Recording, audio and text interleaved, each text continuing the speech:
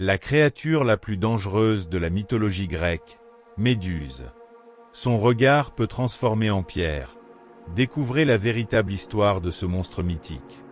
Il existe, quelque part entre les falaises battues par les vents et les mers oubliées des dieux, un lieu où le temps semble s'être arrêté. Là-bas, nul oiseau ne chante, nul animal ne s'aventure. Le silence y règne en maître, lourd, presque oppressant.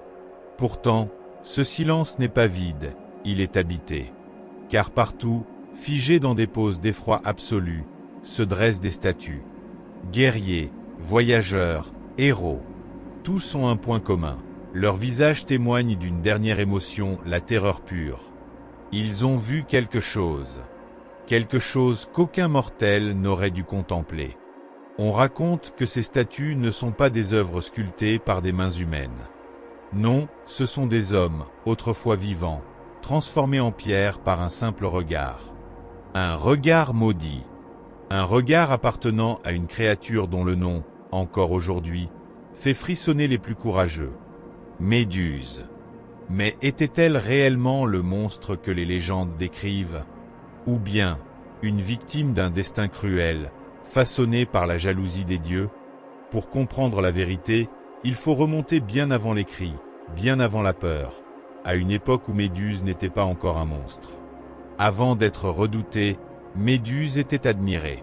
Elle n'était pas née créature, mais humaine. Une jeune femme dont la beauté était si exceptionnelle qu'elle en devenait presque irréelle. Sa peau avait l'éclat du marbre poli, ses yeux reflétaient la profondeur des océans, et ses cheveux longs, soyeux, dorés semblaient capturer la lumière elle-même. Partout où elle passait, les regards se tournaient vers elle. Les hommes tombaient sous son charme, les femmes enviaient sa grâce.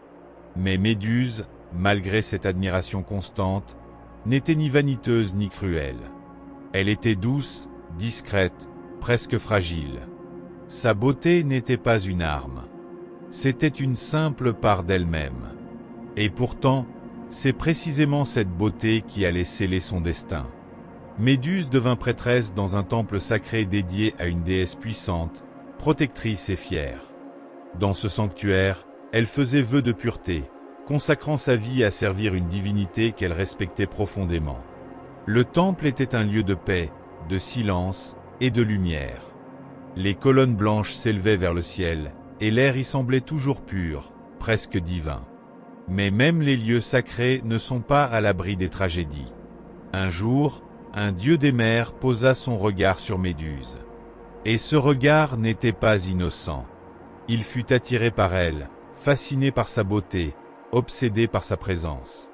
Là où d'autres voyaient une prêtresse, lui voyait un désir. Et dans un acte qui brisa l'équilibre du sacré, il s'imposa à elle dans le temple même. Ce fut une profanation, un crime.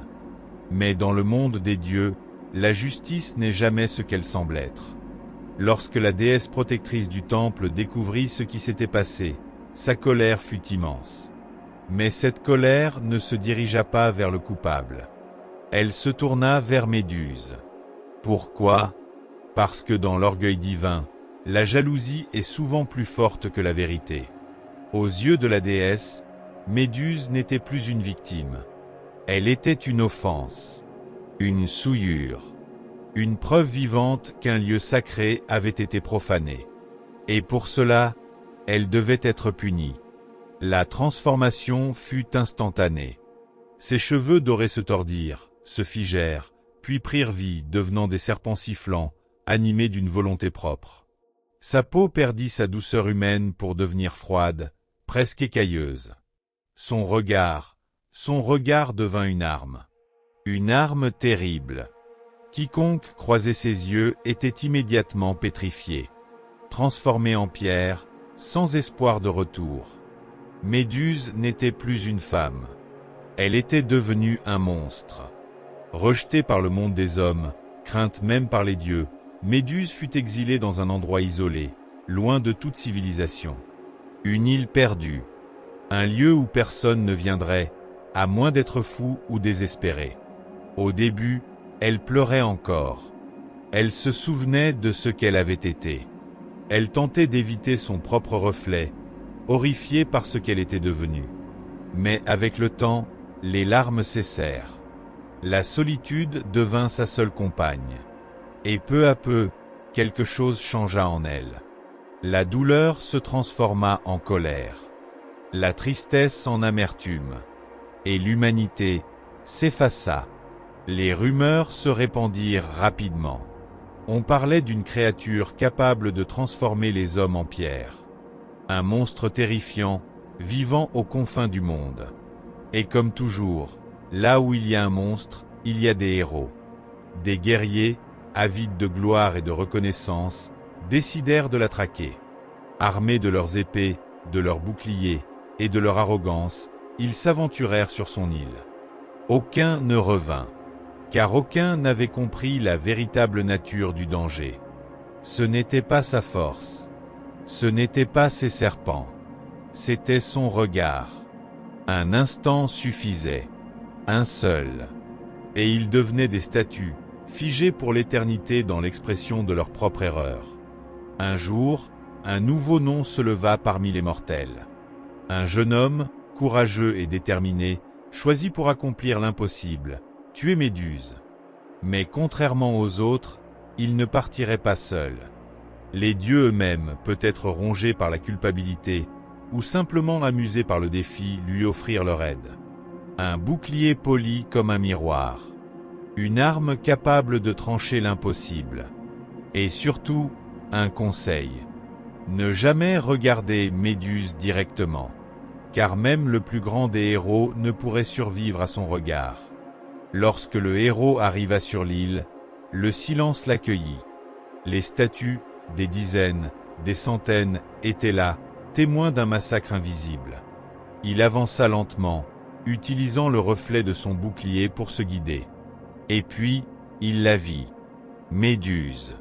Même transformée, elle conservait quelque chose de fascinant. Une présence. Une tristesse enfouie sous la monstruosité. Elle n'attaqua pas immédiatement. Pendant un instant, ils se regardèrent. Enfin, presque, car lui évitait ses yeux.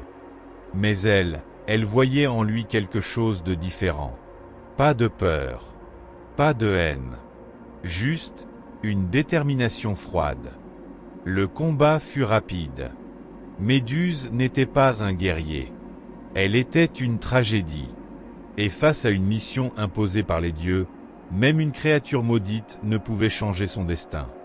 Dans un mouvement précis, calculé, le héros mit fin à son existence. Mais au moment où tout s'achevait, quelque chose d'inattendu se produisit. Car même dans la mort, Méduse n'avait pas fini d'exister. On raconte souvent Méduse comme un monstre.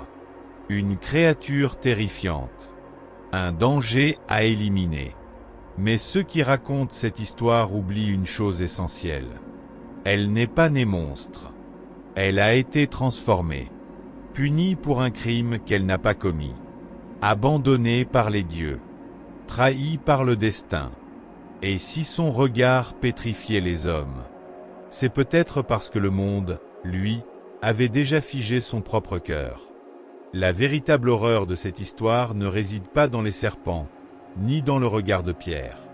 Elle réside dans l'injustice, dans la manière dont une victime est devenue une légende effrayante, dans la façon dont les récits transforment la vérité, jusqu'à ce que le monstre ne soit plus celui que l'on croit.